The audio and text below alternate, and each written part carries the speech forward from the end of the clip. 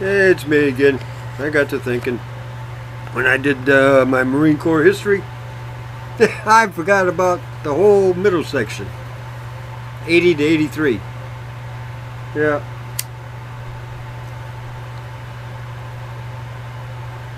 Well, I ended up having to re-enlist because my time was running short.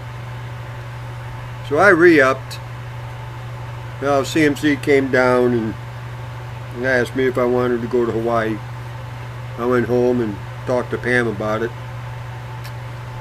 She was a little bit excited about going to Hawaii. So I went back and Queer Planner sent a message to CMC stating that, yeah, I'll accept orders. Well, the orders came down and I made it part of the orders that Marine Corps had to put me in base housing. I had to be in base housing, totally set up, 30 days before the Marine Corps would send me anywhere out of Hawaii. I looked at it this way. I'm in an F4 community. Here today, gone tomorrow. Here today, gone this afternoon. You go to work in the morning, you could end up 2,000 miles away by that evening because of an airplane breaking. Like I told you, I ended up going to Dallas, Texas. Yeah, I went to work that morning thinking I was going to be home that night, and I ended up coming home 2 days later. But anyways, I made that part of the part of my orders. So anyhow, things progressed, and Pam and I put down when we're going to move, 30 days leave. This was halfway through 1980, and got the car down in New York City. My brother came and picked me up, and we got to Hawaii. And upon getting to Hawaii, picked up the car because the car was there. Also found out the furniture was there. Still had a couple days before I had to report in, because that's the way Pam and I planned it. So we toured Hawaii. We had a good time. We were living out in town in a little transient place, and we had the place for 2 weeks upon me checking in. So after seeing Hawaii for a couple days, I ended up getting dressed in uniform and reporting into work. Well, they assigned me to 235. I checked in at 235, and while I was checking in, he got to check in with the Sergeant Major. So I showed the Sergeant Major my orders, where it stated that I had to be in base housing, totally set up, at least 30 days before we go anywhere. Because when they assigned me to 235, I found out in 2 months they were going to Westpac for 6 months. In other words, another 6-month deployment, which to me is a bunch of bonkers, but whatever. Anyways, Sergeant Major looked at me and told me that, no, can't do it. And I said, okay, fine, I'll request mass. Well, that kind of upset the Sergeant Major, and I ended up going in front of the CO. CO read my orders, made a couple phone calls. I went to base housing, found out I was like number 28 to get on the base housing. But because of me putting that in the orders, that bumped me up to the very next house. Yeah, apparently I torqued off a few of the people that I ended up jumping ahead, but that's not my problem. That's their problem for not planning. You know, either or you. Well, I must have passed that one, because within 48 hours I just got done checking in, get a phone call from base housing. We got our house. We still had a week out in town, paid for by the orders people. But we decided to go ahead and move in. So we called, I can't even remember the place that had our furniture, had our boxes, because they were already sitting in Hawaii. Didn't have to wait for them. And we set up house. Well, I went to work, but, you know, 8 or 10 hours a day I was home setting up house. So we were actually in the house about a month and a half before I went on my first 6-month deployment. Come back from the 6-month deployment, stayed there about a month, 7 weeks. We had to qualify some pilots for bombing runs, so we had to go to Yuma. And there was about 50 of us guys that ended up having to go to Yuma. Remember, like I said, same thing, Mag 31, same thing over there in Hawaii. If you can do 2 or 3 or 4 jobs in a squadron, you got orders to go. Well, I went to Yuma, came back, another short little time, and back to Japan for another 6 months. Came back from that 6-month deployment. Well, during that time, Mom and Dad came over a couple times. There was a Master Sergeant Pike. He was there when I got there.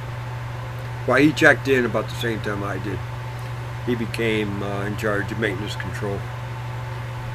And him and I didn't see eye to eye at all. Well, they had me assigned to the flight line. And they found out that I do things by the book. You know, rules are made, you obey them, or they bite you in the butt. Yeah, we had a PFT. Everybody pencil whipped the dog out of it, except for flight line. We had a party, did a PFT, went back to the party. And it was on a Sunday, everybody's day off. And everybody passed the PFT. Like I said, at that time I was running. Had a couple people join me. And had fun. And had a ball. But they transferred me to the 2 room. We had a maintenance officer also that didn't care much for me. Apparently he wanted to flag and diss me. Put me in the 2 room, made me the MRO chief, because he liked the way that I follow the rules. You know, rules are made to be strict, and that's what I did. Well, I kept the same OIC as I had in the flight line in the 2 room, which is also kind of unique, but it came from the maintenance officer. And I can't even think of that man's name, but I got a lot of respect for him, because he also believes like I do. You know, pass, fail, no middle.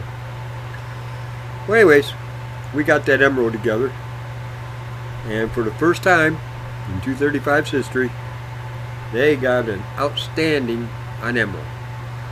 I bought a, well, Marine Corps bought a camera for me. Probably about 40 rows of film, because you got to take a picture of the MRO gear, attach it to the inventory form, and we had a big notebook, 500 and some odd pieces of MRO gear, and the MRO had to be reported on every year. You know, and like I said, it was the first time that 235 passed the MRO inspection. And in squadrons you also got a thing called tool control.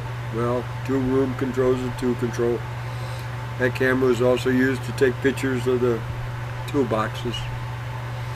And for a long time, 2s were paper fudged. Well, when old Staff Sergeant Taylor took over the 2 room, the paper fudging got flushed down the toilet. And we downed a couple airplanes for missing 2. Pissed off Top Pike, which made my day happy. Well, it came time for me to head back to Beaufort, because it was only a 3-year stink in Hawaii. So I received orders. I was going to leave in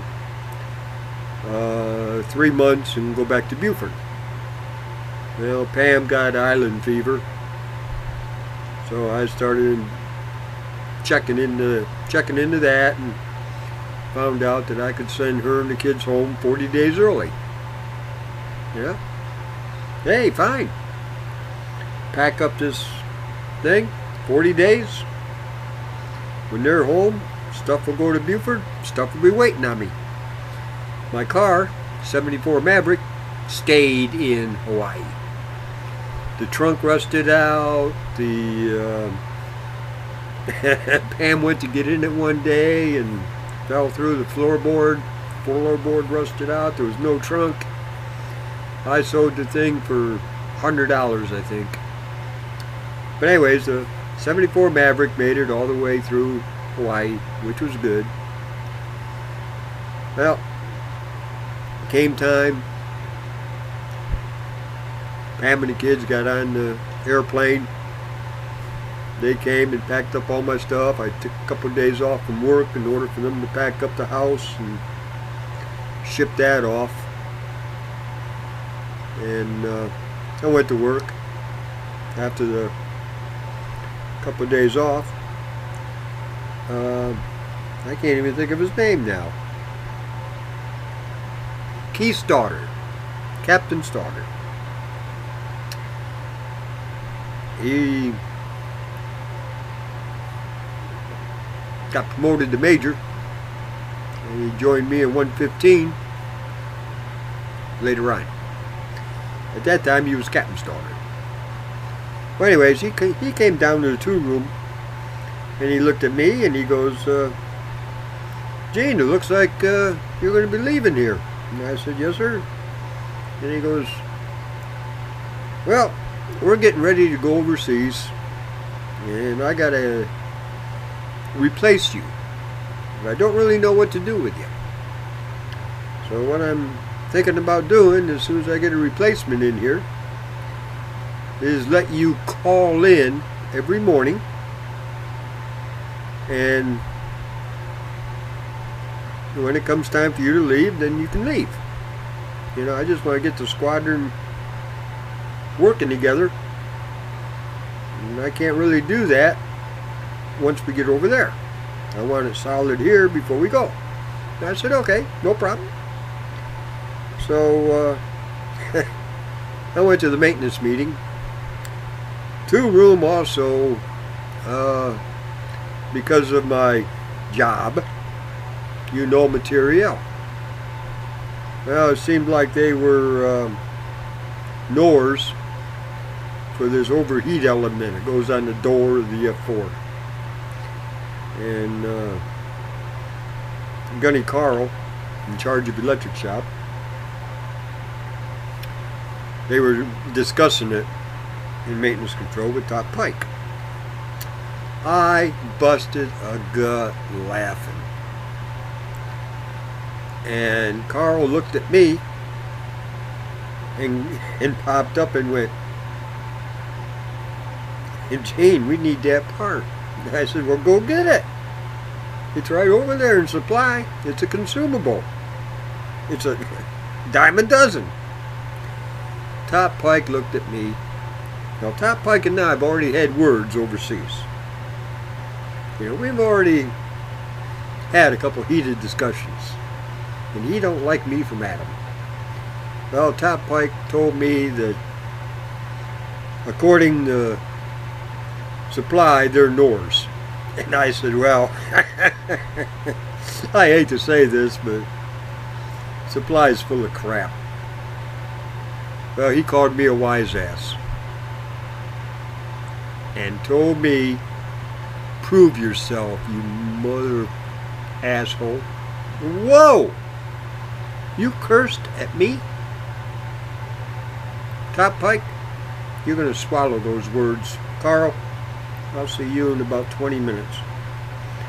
Well, I went to supply. Talked to my counterpart over there.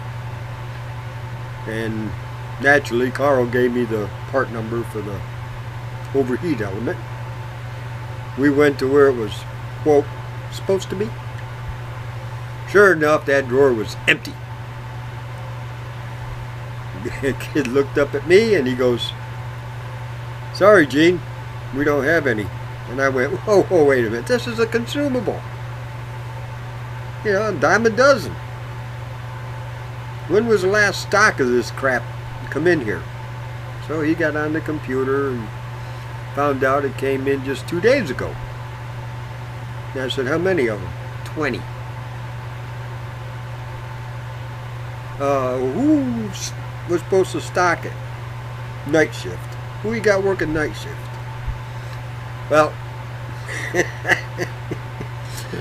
he went and pulled the cards on what they distributed to the drawers night shift the previous night, and we checked those drawers. Nah, wasn't any. So we went back and got 2 nights ago. All of a sudden we come up with 20 of them. They were misfiled. They were put in, apparently the letter P and the letter B look alike. So if it's got a B, you can put it in P and it does the same purpose. Well, he asked me how many I wanted, and I said, well, I got one to shove up a master sergeant's asshole. I got one for the airplane and a spare one for Carl. So I need 3 of them. So he gives me 4. You know, he's supply, he can't count. So I get the 4 and go over there, and I stop at an electric shop. I give 3 of them to Carl. Carl goes, all I need is 1. And I went, hey, you're going overseas. You might need a couple spares. But I want this one. And you'll get it because I'm going to go and shove it up Top Pike's asshole. And Carl popped up and goes, I'm going to go with you. Okay, fine. So we walked across the hangar, walked into maintenance control. Top was talking to the major, Major Daniels. Another man that I really didn't care for. So anyhow, I cleared my throat. Top Pike recognized me, turned around. He goes, well, wise ass, did you learn your lesson? And I looked at him and I says, as soon as you apologize to me. And I raised my hand up with the element and put it on the desk. Well, Top started walking towards it, and I took the thing, put it back down by my side. And Top says, give me that. And I said, no, not until I get an apology. And it better be a heart-worthy, damn good one, Master Sergeant. Oh, you talk about throwing salt into the wound, insult. Well, the Major came over, Major Daniels. And he looked at me and he goes, Staff Sergeant Taylor, is that the element that electric shop needs? And I went, yes, sir. Why are you doing this? Simple. That man called me a motherfucking liar, Major, and had the audacity to insult me this morning concerning this item. And by the way, right now, the electric shop is installing one on the airplane, and they've got 2 more for spares. Because I came back here with 4 of them. But this one, you're not going to get it unless I get an apology. Major looked at the Master Sergeant and says, you owe Staff Sergeant Taylor an apology. Top Pike had to apologize to me. Had to. By order. Pissed him off. Well, after the apology, I looked at him. Apology not accepted. Slammed the part down on the table, turned around, and walked out. Well, about a half hour later, Captain Stoddard came over to the tool room, looked at me, and he goes, "Remember when we were discussing about your time off?" And I said, "Yeah, I still got a couple of days before my 40 days. And he goes, "No, I want you to leave now. Because you've done pissed off everybody over there in maintenance control. Start calling, give me a call tomorrow morning." And he gave me his phone number. "Starting tomorrow morning. And right now, you're secured." "Thank you, Captain." I went, got my stuff. I knew this Marine Corps lieutenant that got out, joined the Air Force. And he was stationed at Hickam. He lived 2 blocks in from Waikiki Beach. So I called him up. I've already made arrangements to stay with him. He had an extra room in his apartment, and his wife didn't mind me staying there for those 40 days. But now I got 42 days. So I called him up, and he started laughing. Well, come to find out, he knew Major Daniels, didn't like him. He knew Captain Stoddard, he liked him. And he never heard of Top Pike. But he says, "Yeah, come on over. Wife's home." "Okay, fine." So I grabbed my stuff and went over, and for 40 days, well, 42 days, I was waking up in the morning about 7:30. Made a phone call. And then I went down to Waikiki Beach. About the 3rd day there, I overheard a conversation from people behind me saying that it's boring. This is their 3rd time being here, and they're bored. I became a tour guide on Oahu.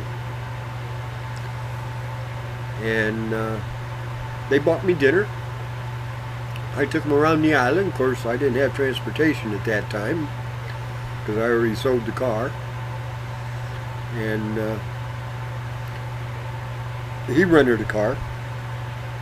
So I took him down to see the toilet bowl and the blowhole, and over to this place that's got a big cave that you can walk into. Took him out to the pineapple fields and told him that there's a glass bottom boat ride that is superb. Well, I got them on the right boat, and sure enough, they enjoyed themselves. They tried to give me some money, but I wouldn't take it. You know, you guys are paying for everything. That's payment for me. Yeah, I'm not losing nothing. So I became a tour guide, and they knew some people that were coming in a few days, so they telephoned them and had me meet them. So I did the same thing there. Well, that happened probably 4 times during that 40 days. So my 40 days was occupied being a tour guide. Well, I come back to Elmira, 1983, and that's when Doreen's birthday party. We all know what happened there. So, anyway, well, this is looking at about 25 minutes, so put this 25 minutes into that 1 hour and some odd thing that I did about my Marine Corps career. So, once again, it's like I said, you know, when you got the world, when you got right there, you know, you can do no wrong, especially in the Marine Corps when there's pass, fail, nothing in the middle. You get to say what you want, do what you want, and experience fun. And the old saying, you know, rank has its privileges. Bullshit. If you know your job, you know your ins and outs, you know you can cross the line without worrying about getting your butt burned. Main issue, bottom line, cover your 6. And as long as your 6 is covered, you ain't got nothing to worry about. So let me get this thing going. And like I said, I'm glad I thought about this, because this makes the whole Marine Corps package. So, you know, Captain Starter became Major Starter, and he was the maintenance officer in 115. He started. I just got world, you know, this is a couple years later. My last deployment overseas in Japan. Told you about that joke with the DI. Well, this is what happened with Staff Sergeant Moss while we were overseas. I'm working materiel because Keith Starter liked the way I did materiel back in 235, so he made me the materiel chief of the squadron.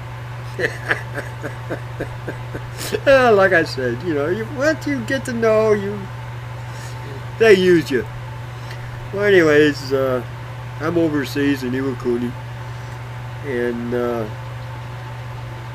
squadron was going down to the Philippines. I didn't want to go. I tried to tell Mike Bogacic that, nah, I can do a better job for the squadron staying here. Well, there was a master sergeant, first time overseas. He was the avionics chief. He was a real good friend of mine. So anyhow, we got together and we started laughing and talking about, well, let's see, if we can come up with a fantasy that I've never done, I'll go down to the Philippines. But if we can't come up with a fantasy, there's no reason for me to go down there. Well, Top came up with one. And we talked about it. I told him, well, you go out to Bach, and you can have that fantasy done for $10. Well, I was on my run. It was on a Saturday. I was doing the base run.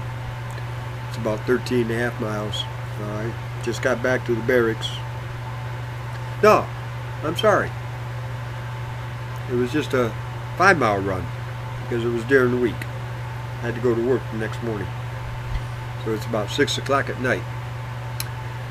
And who's sitting out on the steps? They put us in this barracks. 2-man room, 4 stories high.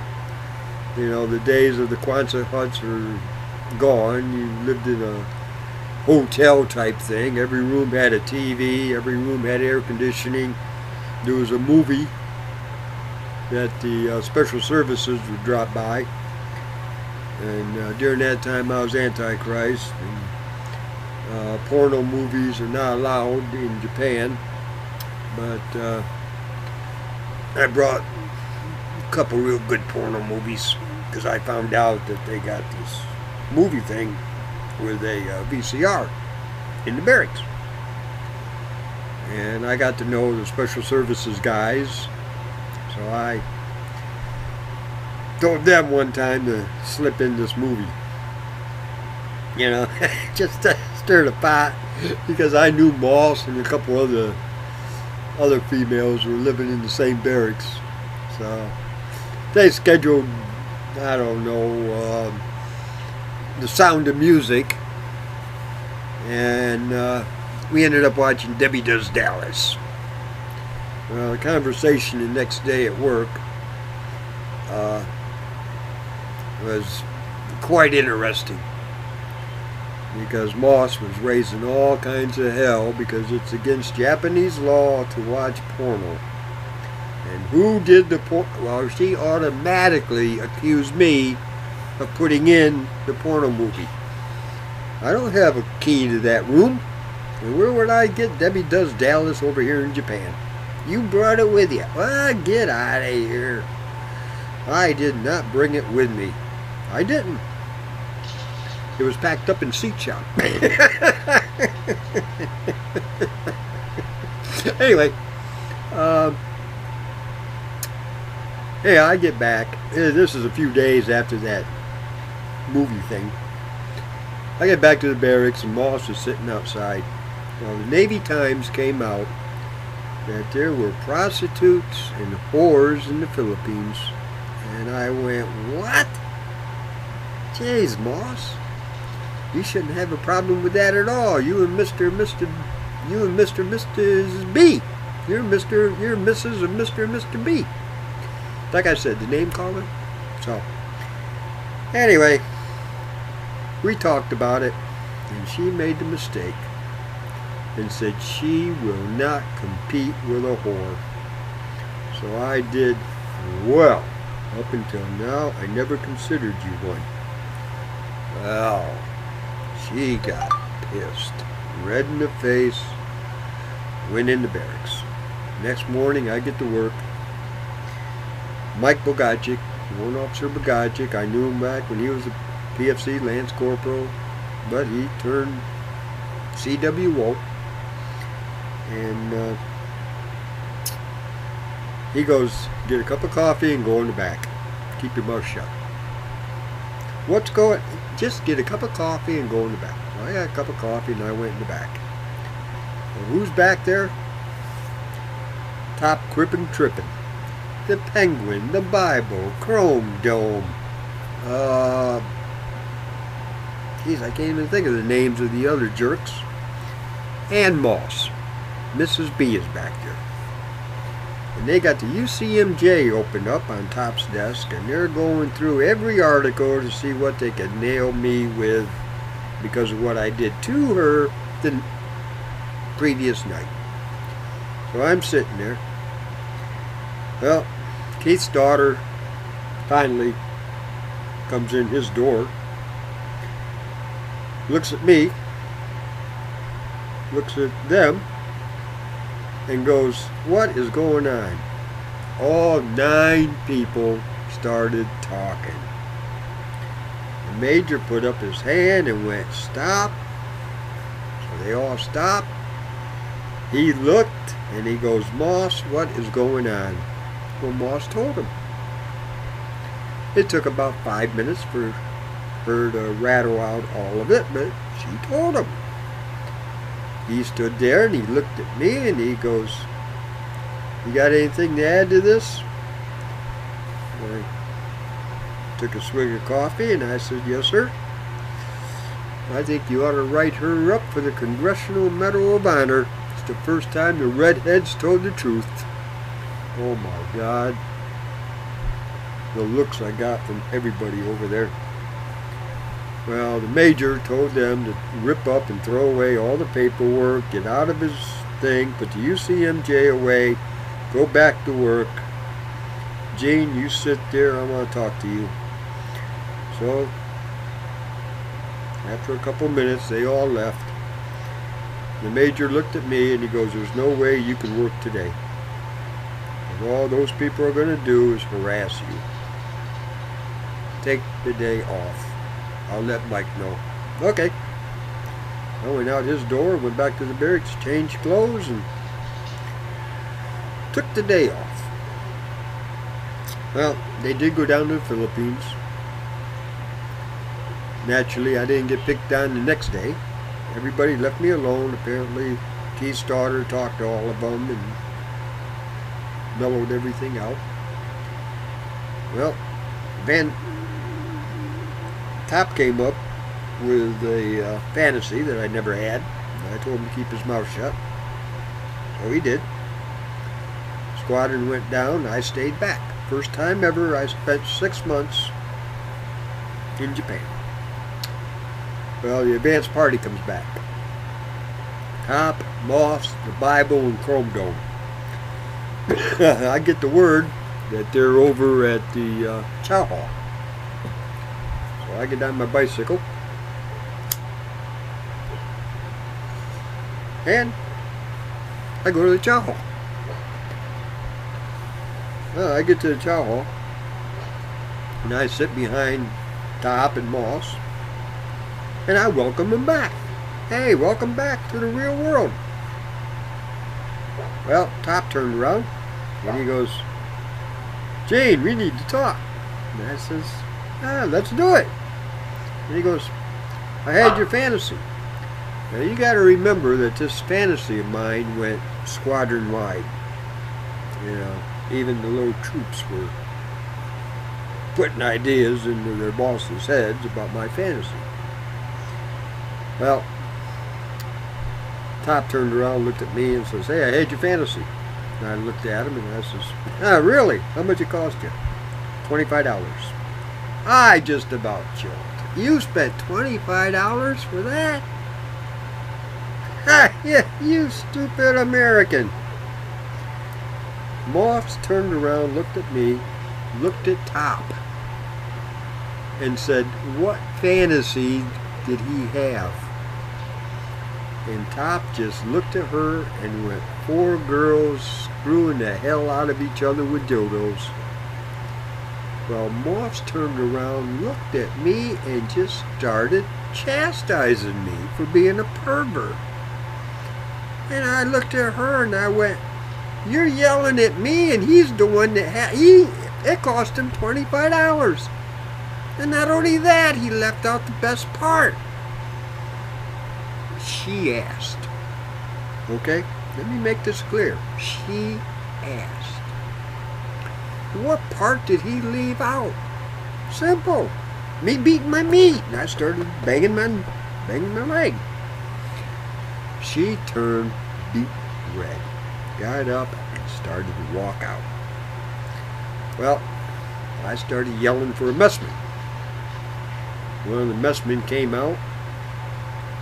That redhead that's leaving forgot her tray, because you're supposed to take care of your tray. Well, he went outside and got Moss, and Moss came back in, got the tray and took care of it, calling me every name in the book, and left. And in the meantime, the Bible and Chrome Dome and the Top just laughing, having a ball. So, anyway, that's what I mean about having fun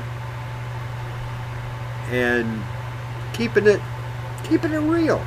You know, there's nothing wrong with having fun as long as you stay in boundaries. You know, I didn't say nothing, I didn't do nothing that was wrong. She asked.